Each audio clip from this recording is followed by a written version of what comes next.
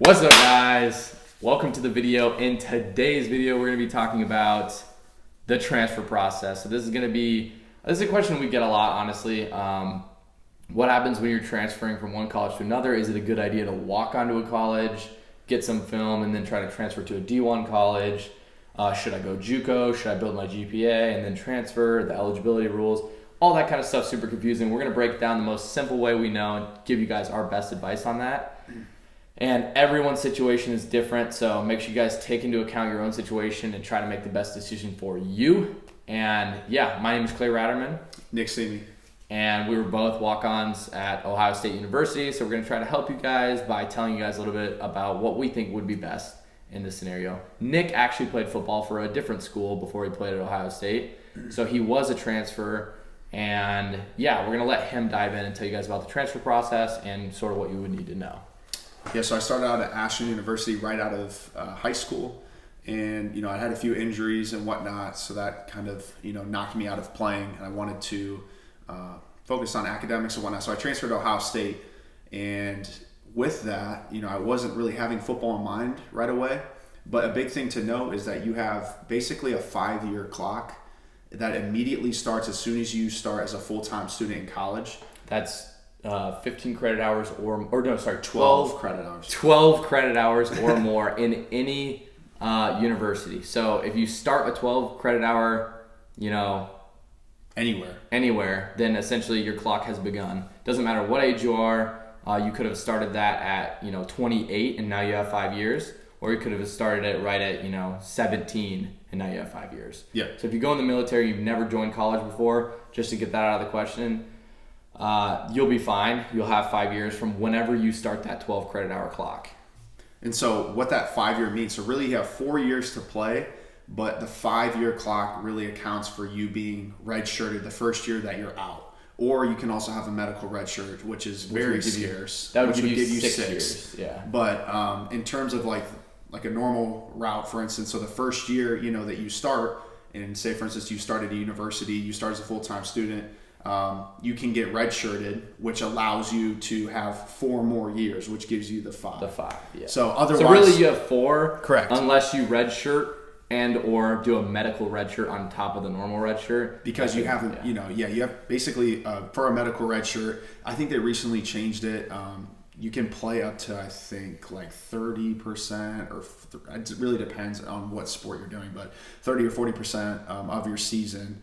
And if you sustain an injury, you basically can gain, a whole nother season from that. Yeah. You have to, you have to apply for it. You have to talk with your trainers and go through it that way. But so that's basically the overall guidelines. So okay, so now they know the overall guidelines. Yep. You were actually transfer yourself. Yep. Would you say transferring, starting at one school and going, and then maybe getting film and then transferring to another school is a good idea, or what was your experience like? So I think it really comes down to 3 different things for me. It comes down to what is your financial situation. So if your financial situation is something where you might not be able to afford that school, but you might have an offer, at maybe a smaller school, whatever that may be, that's something you really have to take in consideration, because you're not guaranteed a scholarship. Even if you walk on, even if you go all 4 years, it doesn't mean you're going to be guaranteed a scholarship. So I think that's tough. Another thing too is how much you value playing time. I think that's a big thing that people might lose sight of, is when you go to a bigger university, you might make it.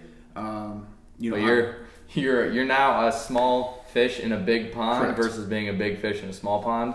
So it's like, if you really want to have a lot of playing time and you think you're good, but obviously you didn't have offers from these massive D1 schools, then maybe it is a better idea to go to a smaller school for you specifically to get that playing time and have a chance at going to the next level, versus going to a massive school like Ohio State or Alabama or Clemson, where you might make it there, you might be a walk-on, you might not have a scholarship, and you may never see the field, and that could ruin your chances of potentially making it to the NFL if that's what your ultimate goal is.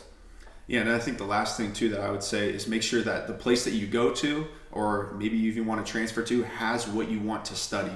Mm-hmm. Obviously I understand, we're talking about, walking on football, and NCAA eligibility requirements, but I think it's something too that you have to note, like, all right, once I get there, what classes am I going to be taking, and do they have career that I want to pursue, you know. Always think education first, because football could end at any point. So you want to make sure that, you know, the reason that you're paying all this money to go to the school is that you're getting the education that you want to ultimately help you get some sort of job that you want.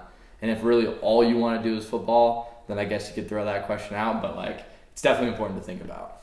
Yeah, and I think the last thing is, you know, overall, you know, kind of going back, is if you want to transfer, for instance, and you started out at a smaller school and you want to go to a bigger school, this is a case-by-case scenario now, because there's like the transfer portal and that stuff wasn't as big, you know, when we were there. It's just kind of getting a little bit larger. You could lose eligibility. You could lose eligibility trying to jump up. You know, you could be healthy and be like, all right, I got film, and say, for instance, you want to go in the transfer portal and you want to go higher. Usually when you try to go from a smaller school to a bigger school, you might be losing eligibility up to a year. And then reverse, you usually can step down with a lot more ease, or like a little bit smoother transition. Yeah. A lot of that is talking with your position coach. Obviously, you want to keep the head coach involved and your trainers. So those are the three people that I would, you know, start to talk to if, you know, something if you're looking goes to transfer. Yes, if you're wanting to transfer. So. But so I would say, like, another massive thing is, you know, we've both talked about this many times. We don't think it's a great idea if you have aspirations of, you know, walking on at a massive school like an Ohio State, or, you know, one of the, you know, Power 5 schools, something that's like really big, and that's your ultimate dream, your ultimate goal. It's not a great idea, in our opinion, to go walk onto a smaller school to try to get film, to then try to leverage that to get you into the bigger school. It's going to be, first, really confusing, the transfer process and everything. It's going to be a lot on you.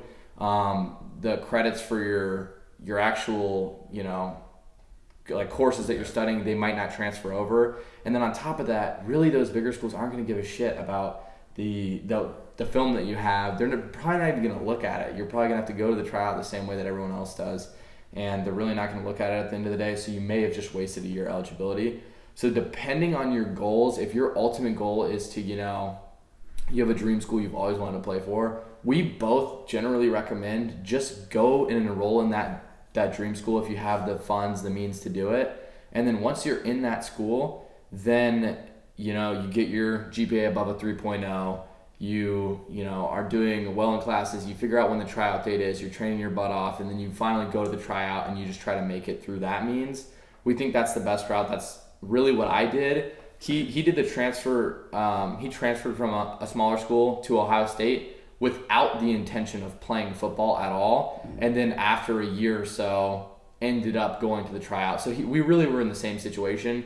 He just had gone through the transfer process, but not really transferred to play football. So because I had, when I graduated in 2013, I had a season and then I got hurt. So basically what gave me my last season, so I was in school for 5 years, which was my last year, you know, and my only year on the team. That was given to me. That fifth year was because of my medical redshirt that I got all the way back my freshman year. So the medical redshirt isn't like immediately redeemable. Or like the next season you have to play, or otherwise that expires. So that's what gave me the opportunity to play. So. Yeah, so he was hurt earlier on, and then actually used that medical redshirt later on in college because his 5-year window wasn't quite up yet. So anyway, our general advice, you know, go to the school you have the aspirations for and try to walk on through those means, because you're probably not going to be happy if you go to a smaller school and you walk on there and it's not, you know, your ultimate dream, because no matter what school you go to, it's going to be a lot of work. But, you know, really take into account what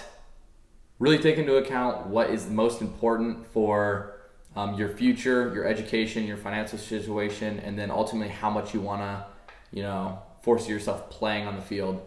Those things are really important. Hopefully this video has helped you guys. Make sure you smash the subscribe button, like, comment, let us know what you guys want to see, and we will see you guys in the next video. See you guys soon. Thank you guys.